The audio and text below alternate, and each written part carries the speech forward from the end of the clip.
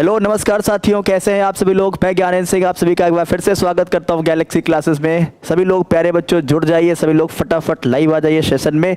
सभी को राम राम, राधे राधे, सत श्री अकाल, आदाब। कैसे हैं प्यारे बच्चों सभी लोग, भाई फटाफट लाइव आ जाए।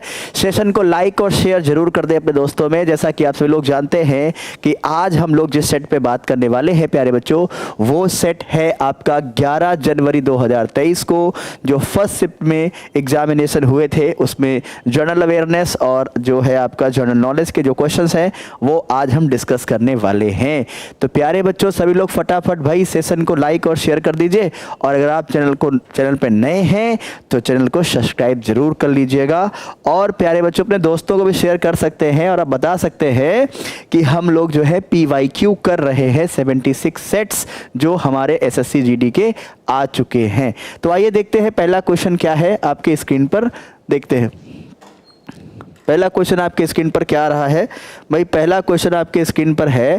पहला क्वेश्चन कह रहा है कि भारत सरकार ने राष्ट्रीय मधुमक्खी पालन एवं शहद मिशन, ध्यान रखना यहाँ पे क्वेश्चन क्या कह रहा है, मधुमक्खी पालन एवं शहद मिशन नाम की एक नई श्रृंखला क्षेत्र योजना को मंजूरी दी है जो किस क्रांति से जुड़ी हुई है।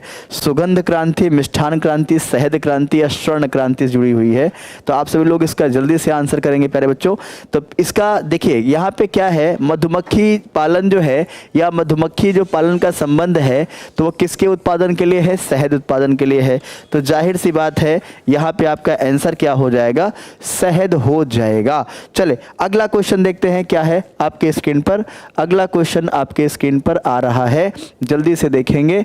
अगला क्वेश्चन आपके स्क्रीन पर है, कह रहा है कि एक सकरी पट्टी में स्थित क्षोभ मंडल, ध्यान रखना, में अत्यधिक ऊंचाई 12,000 मीटर से अधिक वाली पश्चिमी हवाएं, 12,000 मीटर मतलब 1 किलोमीटर 200 मीटर, ठीक है। इनकी गति गर्मी में 110 किलोमीटर प्रति घंटा और सर्दी में लगभग 184 किलोमीटर प्रति घंटा तक हो जाती हैं। ऐसी धाराओं को क्या कहते हैं। बच्चों जब आप पृथ्वी के बारे में पढ़ते हैं, जैसे आप देखिए ये पृथ्वी का ऊपरी मतलब ये भाग है, इसके ऊपर अगर आप जाते हैं तो सबसे पहले जो लेयर आपके सामने देखने को मिलती है, ये पहली लेयर जो है इसी को हम बोलते हैं ट्रोपोस्फेयर। क्या कहते हैं, ट्रोपोस्फेयर। अब ये जो ट्रोपोस्फेयर है इसी को ट्रोपोपोज भी कहा जाता है, इसी को ट्रोपोज कहा जाता है। और यहीं पर अगर आप देखेंगे इसकी ऊंचाई पर अगर आप जाएंगे तो यहाँ ऊंचाई पर लगभग सबसे टॉप पे ऊंचाई पर अगर आप देखेंगे तो यहाँ पे जो धारा बहती है, तेज हवा चलती है, तो तेज हवा की धारा यहाँ बहती है। और ऐसी धारा को हम सभी लोग बोलते हैं जेट धाराएं। क्या कहलाते हैं, जेट धाराएं।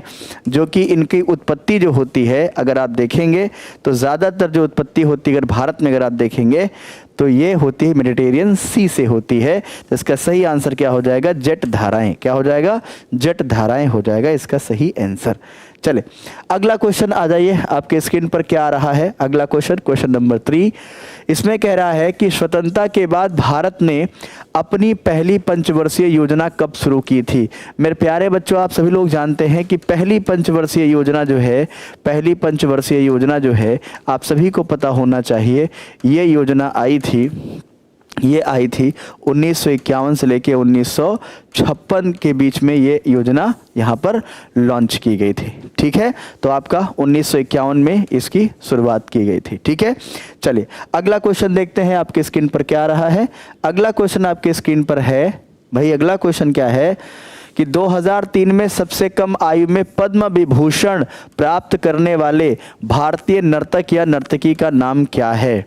तो प्यारे बच्चों ये सबसे कम उम्र के थे जो पद्म भूषण पाए थे और ये 2003 की बात यहाँ पे की जा रही है। तो इसमें क्वेश्चन पूछा है कि कौन है, तो इसमें आंसर आपका आ जाएगा सोनल मानसिंह। और इनका संबंध दो चीज़ों से है, एक है भरतनाट्यम और दूसरा है ओडिसी। ध्यान रखना ओडिसी, ये मैंने आप सभी लोगों को पढ़ाया भी है। और जो बच्चे सेमिनार अटेंड कर रहे हैं उन बच्चों को इसका क्वेश्चन का आंसर तुरंत पता चल गया होगा, क्योंकि सेमिनार में हम लोगों ने ये सारी चीज़ें डिस्कस की हैं कि पंडित बिरजू महाराज का जो संबंध है ये आप देखेंगे कथक शैली से है और ये उत्तर प्रदेश से संबंधित हैं, ठीक है। तो ऐसे क्वेश्चन है, केलुचरण महापात्रा उड़ीसा से हैं, ओडिसी से संबंधित हैं। तो ऐसे आपसे क्वेश्चन जो है हम सेमिनार में कर रहे हैं और बता रहे हैं। और देखिए जो सेमिनार में क्वेश्चंस आपको दे रहे हैं यही सारे क्वेश्चन एसएससी जीडी में पूछे जा रहे हैं और 2024 में भी यही पूछे जाएंगे, इसके बाहर कुछ नहीं आएगा बच्चों। तो इसलिए आप सब लोग विजिट कर सकते हैं गैलेक्सी क्लास में, ठीक है। ओके, चले अगले क्वेश्चन की तरफ बढ़ते हैं। क्वेश्चन नंबर 5 क्या है, कह रहा है कैल्शियम कार्बोनेट का रासायनिक सूत्र क्या है। अरे भाई ये तो बच्चों वाला क्वेश्चन है भाई। कैल्शियम कार्बोनेट का सूत्र क्या है, तो बताइए क्या है भाई। कैल्शियम कार्बोनेट का सूत्र क्या है, CaCO3, यही आपका क्या हो जाएगा, सूत्र हो जाएगा कैल्शियम कार्बोनेट। यानी ये क्या होता है, अगर आपसे बोला जाए तो सॉल्युबल क्या होता है, वाटर, जल में घुलनशील होता है, जल में घुलनशील होता है, घुलनशील होता है। ध्यान रखना ये भी क्वेश्चन आता है कि ये जल में क्या होता है, घुलनशील होता है। चलो भाई फटाफट दबा के शेयर करो यार, शेयर करो, लाइक करो प्यारे बच्चों। चलो अगला क्वेश्चन क्या आ रहा है, कह रहा है किस विटामिन को थायमीन के नाम से हम जानते हैं। अब यहाँ पे आपसे पूछा है कि कौन से विटामिन को हम थायमीन के नाम से जानते हैं। तो बच्चों एक बात ध्यान रखना, B1 जो है इसको हम बोलते हैं थायमीन, ठीक है। थायमीन कौन है, B1 है। अब यहीं पर अगर आप देखेंगे B2 क्या है, तो इसको B2 को बोलते हैं राइबोफ्लोविन। क्या बोलते हैं, राइबोफ्लोविन। क्या बोलते हैं, राइबोफ्लोविन बोलते हैं। ये क्या है, इसका B2 है। इसके बाद आप देखेंगे आपका आता है B3। B3 को हम क्या बोलते हैं, नियासिन, है ना, नियासिन, नियासिन बोलते हैं। नियासिन का मतलब क्या है, B3। B3 के बाद आपका B5 आता है, तो B5 को हम क्या बोलते हैं बच्चों, पेंथोटिक एसिड, ऐसे कुछ करके बोलते हैं। और B12 आप जानते हैं, B12 को हम क्या बोलते हैं, कोबालम, क्या बोलते हैं, इसमें कोबाल्ट पाया जाता है, साइनोकोबालामिन बोलते हैं इसको, है ना। क्या बोलते हैं, साइनोकोबालामिन, साइनोकोबालामिन, साइनोकोबोलो या कोबालामिन, इसको हम बोलते हैं। और इसमें आपका क्या पाया जाता है, कोबाल्ट पाया जाता है। क्या पाया जाता है, कोबाल्ट पाया जाता है। कोबाल्ट का जो है एटॉमिक नंबर क्या होता है, 60 होता है, ठीक है। क्या होता है, 60 होता है, कोबाल्ट 60, ठीक है। तो इसका सही आंसर क्या है, थायमीन, विटामिन B1। ओके, चले अगला क्वेश्चन देखते हैं भाई। अगला क्वेश्चन आपके स्क्रीन पर क्या आ रहा है, क्वेश्चन नंबर 7। अक्टूबर 2022 में मेघालय के राज्यपाल के रूप में किसने शपथ लिया था। बनवारी लाल पुरोहित। आप मुझे बताइए बनवारी लाल पुरोहित कहाँ के हैं भैया। मेरे बनवारी लाल पुरोहित जो हैं ये पंजाब के हैं। कहाँ के हैं, पंजाब के हैं। तो ये तो हो नहीं सकते, ठीक है। तथागत राय अगर आपसे पूछा जाए ये कहाँ से है, त्रिपुरा से हैं। कहाँ से हैं, त्रिपुरा से हैं, त्रिपुरा से हैं। और सत्यपाल मलिक ये पूर्व में क्या थे, जम्मू कश्मीर। ये पूर्व में कहाँ थे, जम्मू कश्मीर में थे। BD मिश्रा आपका सही आंसर हो जाएगा, जो कि कहाँ है, मेघालय के क्या है, राज्यपाल हैं, यानी कि गवर्नर है यहाँ पे, ठीक है। बनवारी लाल पुरोहित कहाँ से है, पंजाब के हैं, ठीक है।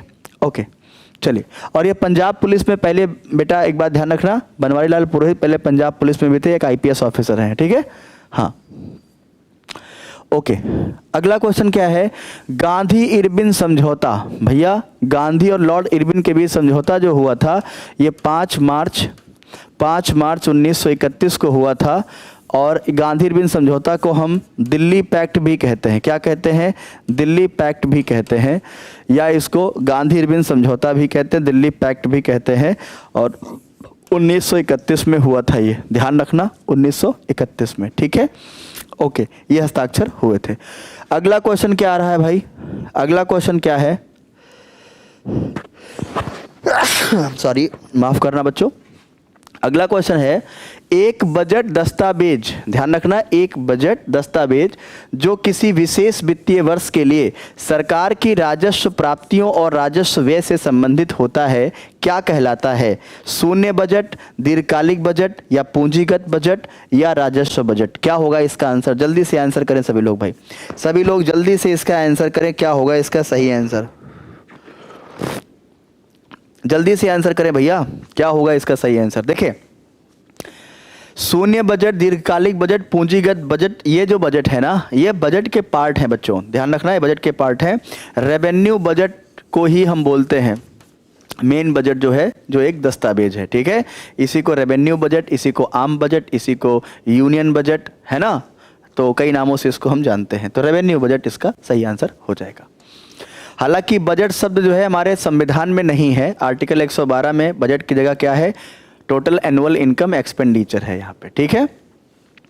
अगला क्वेश्चन क्या कह रहा है कि भारतीय संविधान में, ध्यान रखना, कह रहा है कि भारतीय संविधान में अंतिम अनुच्छेद को किस संख्या के रूप में हम जानते हैं? जल्दी से मुझे बताएं, भारत के संविधान के अंतिम आर्टिकल को हम क्या कहते हैं?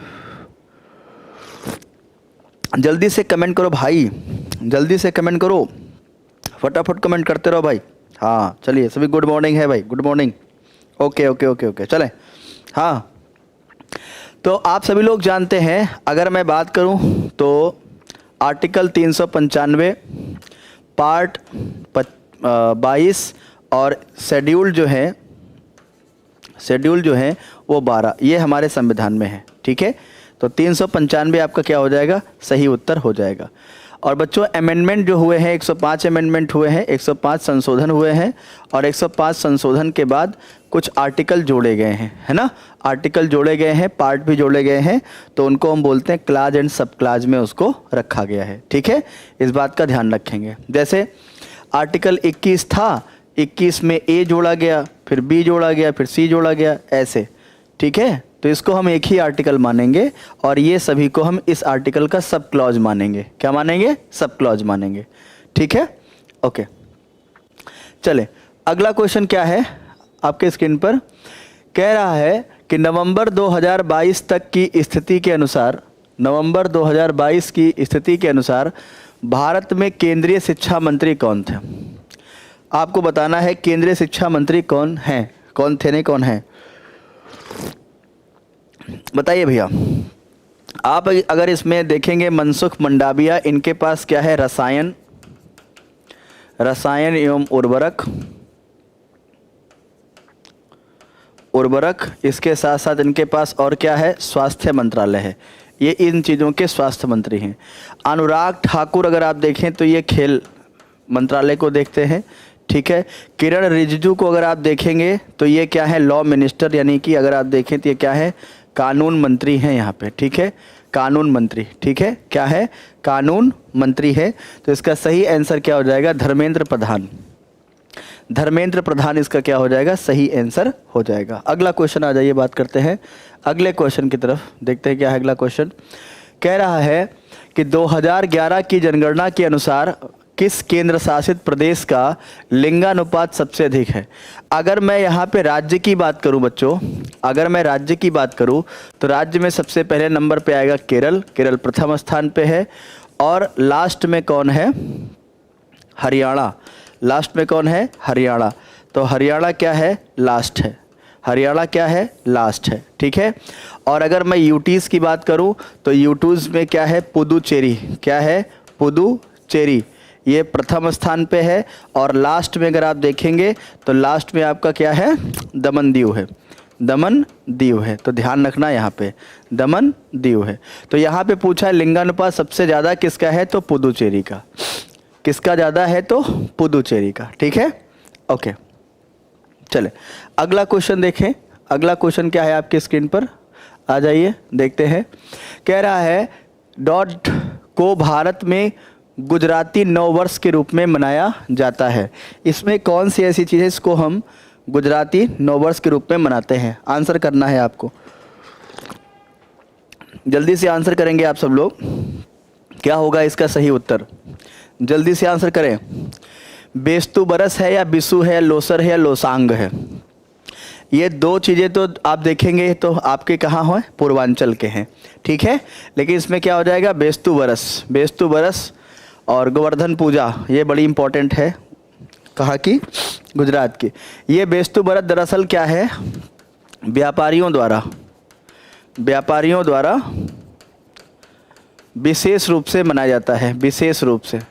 विशेष रूप से ये मनाया जाता है। ठीक है, तो आपका क्या हो जाएगा? बेस्तु बरस। ठीक है, हाँ, ओके। चले, अगला क्वेश्चन क्या है?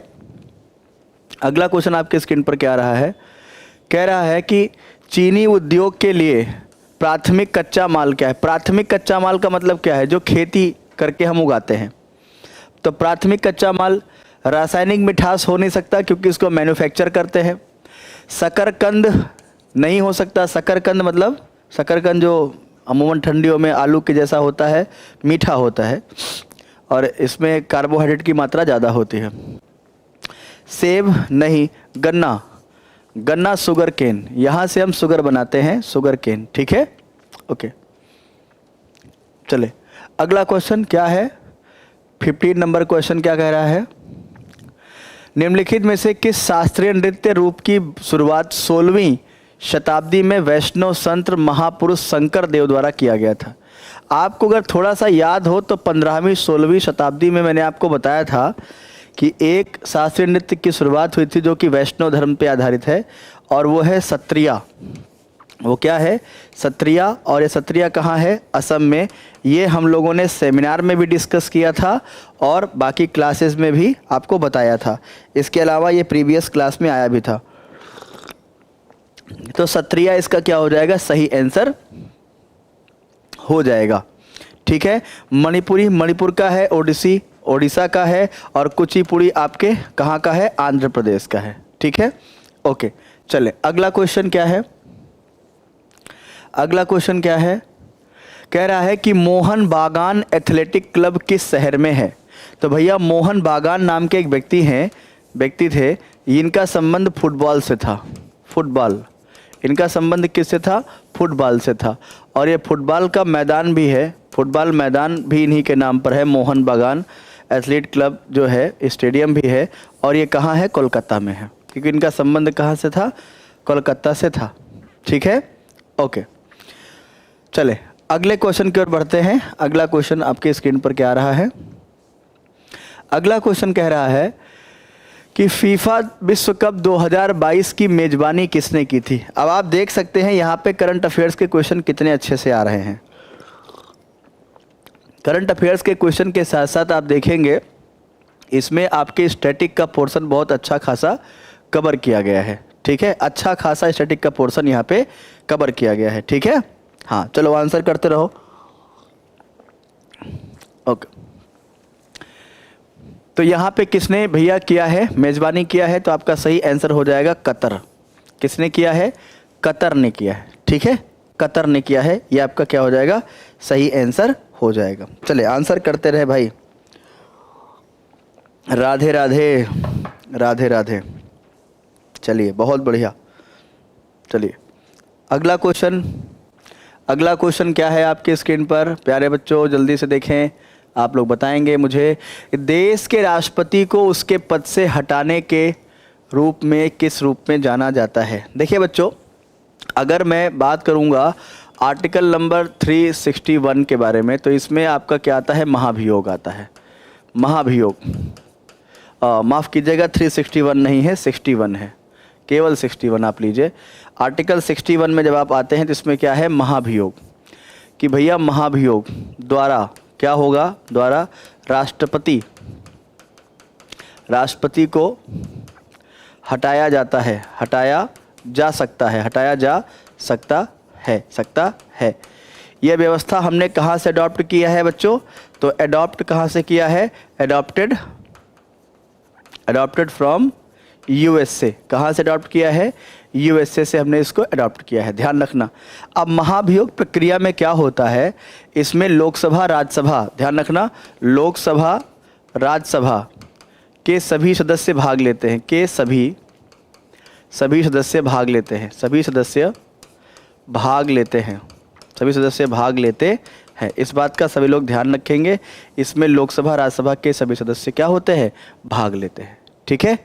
ओके सभी सदस्य इसमें क्या होते हैं, भाग लेते हैं, इसलिए इसको ये बोलते हैं महाभियोग। तो महाभियोग के लिए क्या होता है, इसके लिए एक सिंपल पैटर्न होता है कि महाभियोग के लिए जो है कम से कम 2/3 बहुमत चाहिए लोकसभा राज्यसभा के सभी जो उपस्थित सदस्य हैं उनके, और साथ ही साथ उस महाभियोग पत्र पर जो है कम से कम 1/4 सदस्यों का हस्ताक्षर भी होना चाहिए, ठीक है। ओके हाँ, तो महाभियोग ये आपका सही आंसर हो जाएगा, ठीक है। ओके चले अगला क्वेश्चन क्या आ रहा है, अगला क्वेश्चन आपके स्क्रीन पर है। अगला क्वेश्चन क्या है, निम्नलिखित यूनानी शासकों में से किसने मेगास्थनीज को चंद्रगुप्त मौर्य के दरबार में भेजा था। देखो बच्चों, आप सभी लोगों को पता होगा, सेलुकस निकेटर का नाम पता होगा। तो सेलुकस निकेटर क्या हुआ, 305 में बीसी में चंद्रगुप्त से हार गया, चंद्रगुप्त से हार गया। अब चंद्रगुप्त से ये हार गया, चंद्रगुप्त से क्या हुआ, ये हार गया। अच्छा, एक पॉइंट हो गया। दूसरा पॉइंट क्या, बेटी कार्नेलिया की शादी की, बेटी कार्नेलिया की शादी की, कार्नेलिया की शादी की, शादी की, ठीक है। मेगास्थनीज को भेजा, मेगास्थनीज को भेजा, मेगास्थनीज को भेजा, और इसने एक बुक लिखी जिसका नाम क्या था, इंडिका। इसने एक बुक लिखी जिसका क्या नाम था, इंडिका। और किस भाषा में लिखा, ग्रीक भाषा में। किस भाषा में, ग्रीक भाषा में, ठीक है। और एंटियोकस यहाँ पे होना चाहिए था, एंटियोकस फर्स्ट, एंटियोकस द्वितीय। तो यहाँ पे एंटियोकस ये जो थे ये भी सीरिया के राजा थे। फिलिप, फिलाडेल्फस टालमी फिलिप, ये जो है ये कहाँ के थे, मिस्र के राजा थे। कहाँ के थे ये, मिस्र के राजा थे बच्चों, ध्यान रखना। ये कहाँ के, मिस्र के राजा थे, मिस्र के राजा, मिस्र के राजा। तो इन्होंने क्या किया था, डाइमेकस को, ध्यान रखना, डाइमेकस को, डाइमेकस, यहाँ पे एक पॉइंट निकल के आ रहा है, डाइमेकस, डाइमेकस को बिंदुसार के दरबार में भेजा था। बिंदुसार या अशोक, ध्यान रखना इसमें कन्फ्यूजन है, बिंदुसार या अशोक के दरबार में भेजा था, दरबार में भेजा था, इस बात का ध्यान रखेंगे, ठीक है। हाँ, तो फिलिप द्वितीय जो है, ये जो है फिलाडेल्फस टॉलमी द्वितीय फिलिप करके है। और एक और फिलिप है बच्चों, मैं आपको बताना चाहूँगा, एक फिलिप और है, सिकंदर के पिता है। कौन है, सिकंदर के पिता, ध्यान रखना, सिकंदर के पिता, सिकंदर के पिता भी हैं, क्या नाम है उनका, फिलिप सेकंड, फिलिप सेकंड, ध्यान रखना इस बात का, ठीक है। और ये फिलिप जो है ये टॉलमी फिलाडेल्फस इसको बोलते हैं, टॉलमी फिलिप फिलाडेल्फस, ठीक है। ये मिस्र का राजा है, ठीक है, ओके। तो यहाँ पे शॉर्ट में दिया गया है। चले अगले पॉइंट पे आते हैं। अगला पॉइंट क्या आता है, लास्ट क्वेश्चन आपका क्या है, लास्ट क्वेश्चन है आपका, विरासत का अधिकार किस ओर ले जाता है। अब विरासत का मतलब क्या है, जैसे मान लेते हैं यहाँ पे है पिता, अब पिता की जो संपत्ति है, पिता की जो संपत्ति है ये उनके बच्चों के लिए क्या हुई, बच्चों के लिए क्या हुई, ये संपत्ति विरासत हुई, क्या हुई, विरासत हुई। अब पिता तो एक है, तो इसका मालिक भी क्या है, एक है, मालिक भी क्या है, एक है, मालिक भी क्या है, एक है। लेकिन मान लो इसके जो बच्चे हैं वो 4 है, मान लीजिए A B C D। अब क्या होगा, संपत्ति का बंटवारा होगा। क्या होगा, संपत्ति का बंटवारा, संपत्ति का बंटवारा। तो बच्चों एक बात ध्यान रखना, जो विरासत के अधिकार वाली चीज़ें होती हैं उसमें क्या होता है, संपत्ति का बंटवारा होता है या उसका बंटवारा होता है। लेकिन जो आदमी खुद कमाता है वो केवल और केवल क्या करता है, केवल अपने लिए यूज़ करता है या फिर उसको अपने बच्चों को देना होता है, ठीक है। लेकिन ये जो विरासत की चीज़ें होती है दादा परदादा के ज़माने से ये बढ़ती हुई चली आती है, तो क्या होता है, भूमि का विभाजन होता है। इसमें क्या होता है, भूमि का विभाजन। तो आपने देखा यहाँ पे ये क्वेश्चन, ठीक है। चलिए अब हम यहाँ से चलते हैं और हिंदी की तरफ बढ़ते हैं, देखते हैं भाई हमारे पास हिंदी के कौन से क्वेश्चन हैं उस टाइम पे। देखते हैं हिंदी का क्वेश्चन कौन सा है। तो 1 जनवरी को जो हिंदी का क्वेश्चन हुआ था उसमें क्या क्या क्वेश्चन आपके सामने आ रहे हैं। देखिए पहला क्वेश्चन है आपके स्क्रीन पर, पहला क्वेश्चन है आपके स्क्रीन पर भाई, आजकल दिल्ली के प्रगति मैदान में हस्तशिल्प प्रदर्शनी चल रही है। तो बच्चों प्रदर्शनी आपको क्या लग रहा है, सही लिखा है, प्रदर्शनी ऐसे लिखा जाएगा, प्रदर्शनी ऐसे होता है, तो प्रदर्शनी गलत लिखा हुआ है, हस्तशिल्प प्रदर्शनी जो है वो गलत लिखा हुआ है, चल रही है। आजकल दिल्ली के प्रगति मैदान में हस्तशिल्प प्रदर्शनी, प्रदर्शनी नहीं होता, प्रदर्शनी होता है, ठीक है, ओके। चले अगला क्वेश्चन देखते हैं भाई। अगला क्वेश्चन कह रहा है मुहावरों और उनके अर्थ का निम्नलिखित में से कौन सा युग्म सही है। मुहावरा क्या है, दिन का फेर होना, दिन भर भटकते रहना, दालन गलना, पूरा बस चलना, दालन थोड़ी होता है, दाल गलना होता है, दाल गलना मतलब अपनी बात हो जाना। त्रिशंकु होना, अधर में लटकते रहना, है ना? हाँ ठीक है। 2 दिन का मेहमान लंबे समय तक जीना। भैया 2 दिन का मेहमान लंबे समय तक जिएगा क्या? फालतू बात कर रहे हो।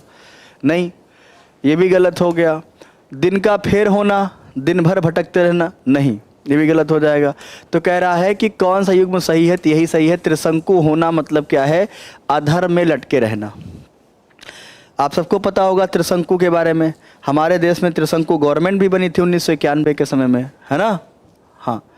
अब क्वेश्चन क्या आता है? अगला क्वेश्चन है, निरक्षर शब्द का विलोम क्या है? भैया निरक्षर का मतलब होता है साक्षर। और साक्षर किसे कहा जाता है? अगर आपसे कोई पूछे जो अपना नाम लिख ले, जो अपना नाम लिख ले उसको भारत में साक्षर कहा गया है। जो अपना नाम लिख ले उसको भारत में साक्षर कहा गया है। इस पैटर्न को बदलने की आवश्यकता है। ठीक है बच्चों? हाँ, इस पैटर्न को बदलने की आवश्यकता है। आंसर करते रहिए, आंसर करते रहिए प्यारे बच्चों, फटाफट आंसर करते रहिए आप सब लोग। कह रहा है गंगा नदी भारत देश में हजारों लोगों की जीवन दायिनी है। निम्नलिखित में से कौन सा शब्द गंगा का पर्यायवाची शब्द है?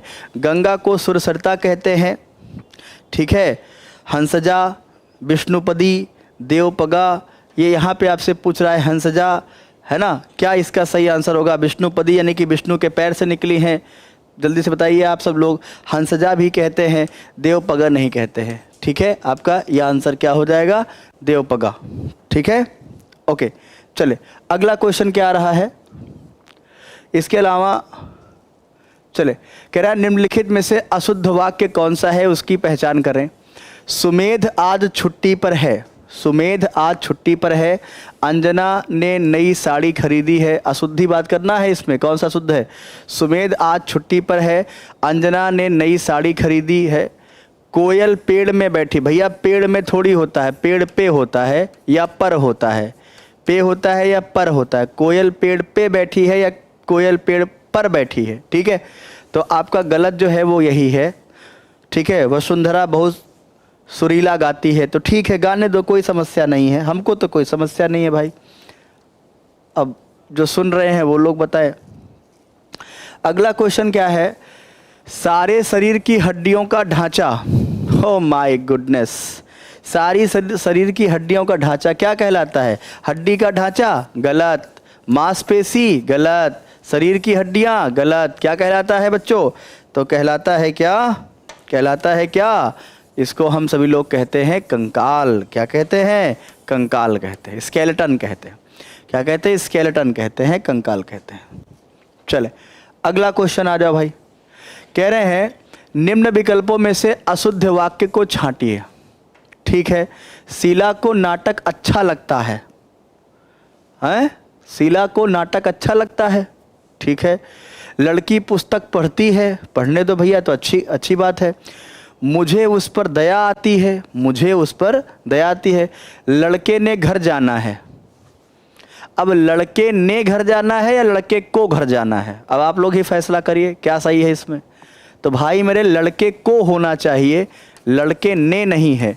तो यहाँ पे अशुद्ध क्या है? D option. ठीक है, चलिए ओके। दबा के लाइक शेयर करते रहो प्यारे बच्चों, और आंसर भी करते रहो। क्या क्वेश्चन कह रहा है कि ऑफिसर ने कर्मचारी को फाइल लाने का आदेश दिया। इस वाक्य में प्रयुक्त आदेश शब्द का अर्थ क्या है? अब एक अधिकारी ने अपने एक एम्प्लॉय को आदेश दिया है, तो आदेश कैसा होगा? छोटों को बहकाना तो इसको कहेंगे नहीं कि भैया लॉलीपॉप लो, जाओ तुम खेलो। अपने कर्मचारी की अवज्ञा कहाँ हो रही है? अवज्ञा कहाँ हो रही है? अवज्ञा नहीं हो रही। आज्ञा पालन के लिए कहना बिल्कुल सही बात है। भैया मेरी बात मानो, ये फाइल वहाँ पहुँचा दो, यही उसका मतलब है। इस आदेश का यही मतलब है कि आज्ञा पालन के लिए कहना कि जो मैं कह रहा हूँ उसको करो। ठीक है, चलो अगला क्वेश्चन आ जाओ भाई। क्वेश्चन नंबर 9 क्या कह रहा है? निम्नलिखित वाक्य के रेखांकित अंश के स्थान पर विकल्पों में सबसे उपयुक्त शब्द का चयन कीजिए। तो रेखांकित शब्द जो है वो है शोक।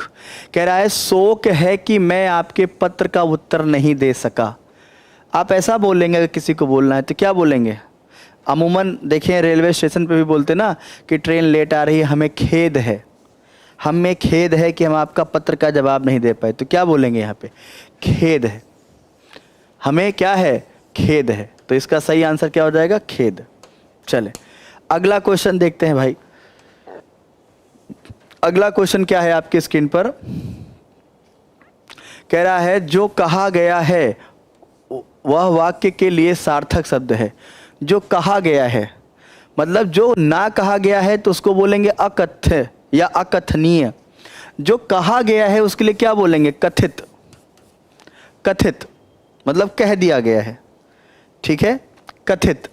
तो कथित इसका क्या हो जाएगा? सही उत्तर हो जाएगा। क्वेश्चन नंबर 11, तब की बात कुछ और थी फिर ऐसा नहीं होगा। ओ माय गॉड, यानी कोई घटना पास्ट में हुई थी और उसको लेके प्रेजेंट में फ्यूचर की बात की जा रही है। तो तब और फिर समानार्थक क्रिया विशेषणों का सही अर्थ क्या है? पढ़ते हैं। तब का अर्थ बाद में और फिर का अर्थ बार बार। नहीं भैया, बार बार थोड़ी होगा। तब का अर्थ उस समय, फिर का अर्थ दोबारा, ये गलत हो गया। तब का अर्थ कहां, फिर का अर्थ वर्तमान। तब का अर्थ उस समय और फिर का अर्थ अगला। ये सही लग रहा है कि तब का अर्थ उस समय मतलब तब की बात कुछ और थी, मतलब उस समय की बात कुछ और थी। फिर ऐसा नहीं होगा मतलब क्या है? अगला या अलग, जिसको आप कहेंगे, ठीक है ना ना ना ना ना, दोबारा ही होगा, दोबारा ही होगा ना ना। यहाँ पे दोबारा शब्द लिखा है ना, फिर का कॉन्सेप्ट यहाँ पे जो आएगा, फिर का मतलब यहाँ पे जो है दोबारा। भैया कहते हैं ना कि तब की बात और है, दोबारा ऐसा नहीं करूँगा, तो यहाँ पे फिर का मतलब दोबारा होगा। बिल्कुल सही है, ठीक है। और तब का अर्थ है उस समय, मैंने तब ये किया था फिर नहीं करूँगा, इसका मतलब दोबारा नहीं करूँगा। तो बी ऑप्शन के साथ आप जाएंगे, बी ऑप्शन इसका क्या हो जाएगा? करेक्ट आंसर हो जाएगा, ठीक है, ओके। चले क्वेश्चन को बहुत ध्यान से पढ़ने की आवश्यकता है। कई बार हम जल्दबाजी में क्वेश्चन को गलत पढ़ देते हैं और इसलिए सारा सेंटेंस खराब हो जाता है, जिसका अभी लाइव एग्जाम्पल देख सकते हैं। विकल्पों में से निम्नलिखित वाक्यांश के लिए उपयुक्त शब्द चुनें जो इंद्रियों से परे हो। तो इसका एक मतलब होता है इंद्रियातीत। क्या होता है? इंद्रियातीत। एक होता है इंद्रियातीत और एक होता है अतीन्द्रिय। एक होता है अतीन्द्रिय। और जो इंद्रियों को बस में कर ले, बस में कर ले, बस में कर ले, उसको कहा जाता है जितेंद्रिय। मतलब जो इंद्रियों को जीत ले उसको क्या कहते हैं? हम जितेंद्रिय कहते हैं, ध्यान रखना। और ज्ञानेंद्रिय का मतलब क्या होता है? ये शरीर की जो तमाम प्रकार की इंद्रियां हैं उन पर जो विजय प्राप्त कर लेता है, ब्रेन न्यूरॉन सिस्टम्स पे जो विजय प्राप्त कर लेता है, दैट इज ज्ञानेंद्रिय, ठीक है। जो अपने शरीर की इंद्रियों पर काबू कर लेता है उसे ज्ञानेंद्रिय कहते हैं, ठीक है, ओके। चले अगला क्वेश्चन क्या है? अगला क्वेश्चन है टका सा जवाब देना। भैया हम उससे बोले थे कि पिज्ज़ा खाओगे, टका सा जवाब दे दिया, मतलब साफ इनकार कर दिया। साफ इनकार कर दिया कि नहीं हम पिज्ज़ा नहीं खाएंगे, ठीक है, हम पिज्ज़ा नहीं खाएंगे। दुनिया तो खा रही है, पता नहीं कहाँ से इनकार कर रही है, मतलब ये कर रहा है भाई, ठीक है। चले अगला क्वेश्चन क्या है? हिंदी के प्रचार में बहुत बड़े बड़े संकट है। अरे बाप रे बाप, दो दो विशेषण कैसे हो सकता है? कैसे हो सकता है? एक विशेषण बहुत और दूसरा विशेषण बड़े बड़े। या तो आप कहते हिंदी के प्रचार में बहुत संकट हैं, या कहते हिंदी के प्रचार में बड़े बड़े संकट हैं। तो इसमें तो एक तो हटाना पड़ेगा। तो हिंदी के प्रचार में बड़े बड़े संकट हैं, हिंदी के प्रचार में बहुत संकट हैं। अब आप लोग मुझे बताइए इसमें से क्या हटाएं हम? तो बच्चों इसमें से हटाएंगे हम बहुत को। किसको हटाएंगे? बहुत को, ठीक है, बहुत को हटाएंगे। बड़े बड़े संकट रखेंगे, तो बहुत को हटा दीजिए और क्या पढ़िए? हिंदी के प्रचार में बड़े बड़े संकट हैं, बड़े बड़े संकट हैं, ठीक है, ओके। अगला क्वेश्चन क्या है? 15 नंबर। सिंह की सवारी सबके बस की बात नहीं है। उस विकल्प का चयन कीजिए जो उपरोक्त वाक्य में रेखांकित शब्द का पर्यायवाची शब्द नहीं है। यानी शेर का पर्यायवाची आपसे पूछ रहा है, तो शेर का पर्यायवाची क्या नहीं है मेरे प्यारे बच्चों? शेर का पर्यायवाची सिंह भी होता है, वनराज भी होता है, केसरी भी होता है, एक केसरी ये भी होता है, एक मृगराज भी होता है मृगराज भी होता है, शार्दुल भी होता है। क्या होता है? शार्दुल भी होता है। ध्यान रखना ये सभी शेर के पर्यायवाची, लेकिन मणि नहीं होता है। मणि इसका क्या हो जाएगा? सही उत्तर हो जाएगा। आइए आगे देखते हैं। Fill in the blanks start होने वाला है। देखिए क्या स्टोरी है। कह रहे हैं वैसे तो सभी आयु वर्ग के लोग अपने अपने जन्मदिन मनाते हैं। तो कैसे मनाते हैं? प्रसन्नता पूर्वक। यहाँ पे भर दीजिए प्रसन्नता पूर्वक मनाते हैं। चलिए अगला देखें, प्रसन्नता पूर्वक मनाते हैं। फिर क्या हुआ भैया?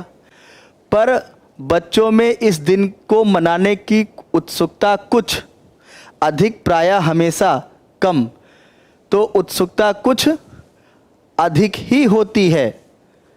तो क्या होगा? अधिक ही होती है, या प्रायः तो हो नहीं सकता, हमेशा तो हो नहीं सकता, कम तो हो नहीं सकता, तो अधिक होती है। तो अधिक के साथ आप जाएंगे। चले अगला क्वेश्चन। तो बच्चों में भैया हैप्पी बर्थडे मनाने की उत्सुकता बहुत होती है। पूरे वर्ष वो इस दिन का क्या करते हैं? प्रतीक्षा करते हैं। क्या करते हैं? प्रतीक्षा करते हैं कि हमारा हैप्पी बर्थडे कब आएगा। ठीक है, मम्मी से रोज़ पूछते रहते हैं कि हमारा हैप्पी बर्थडे कब आएगा, और मम्मी बताती है बेटा फला मंथ में आएगा, है ना। तो आगे देखें फिर क्या हुआ। जब भी किसी के जन्मदिन में, ध्यान रखना छोटे बच्चों की आदत होती है, जब किसी के हैप्पी बर्थडे पार्टी में जाते हैं तो फिर क्या होते हैं? सम्मिलित होते हैं। क्या होते हैं? सम्मिलित होते हैं। जब भी किसी के बर्थडे पार्टी में जाते हैं तो सम्मिलित होते हैं। ठीक है, सम्मिलित होते हैं। अच्छा, जब सम्मिलित हो गए तो फिर क्या कहानी घटी? तो फिर क्या कहानी हुई? सम्मिलित होते हैं, लौट कर जरूर पूछते हैं मम्मी हमारा जन्मदिन कब मनाया जाएगा, और जन्मदिन पर घर को सजाया जाता है। इस दिन सभी मित्र क्या होते हैं?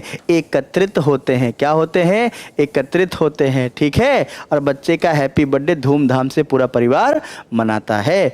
तो प्यारे बच्चों, आज की क्लास आप लोगों ने देखी। इसमें जीएस की क्लास और इसमें हिंदी की क्लास हम सभी लोगों ने किया है। 20-20 क्वेश्चन, और आप सभी लोग गैलेक्सी क्लासेस के साथ जुड़े रहें। और आप सभी को फिर से सूचित कर दूं कि गैलेक्सी क्लासेस दिल्ली मुखर्जी नगर में आप सब लोग विजिट कर सकते हैं, और जनवरी के फर्स्ट सप्ताह में स्पेशल जीएस का बैच आ रहा है, आप सब लोग उसको ज्वाइन कर सकते हैं। और साथ ही साथ कल लास्ट सेमिनार है, और अगर आप दिल्ली में हैं तो हम आप सभी से कहेंगे कि आप सभी लोग आकर के उस सेमिनार को अटेंड करिए। ओके, थैंक यू, जय हिंद।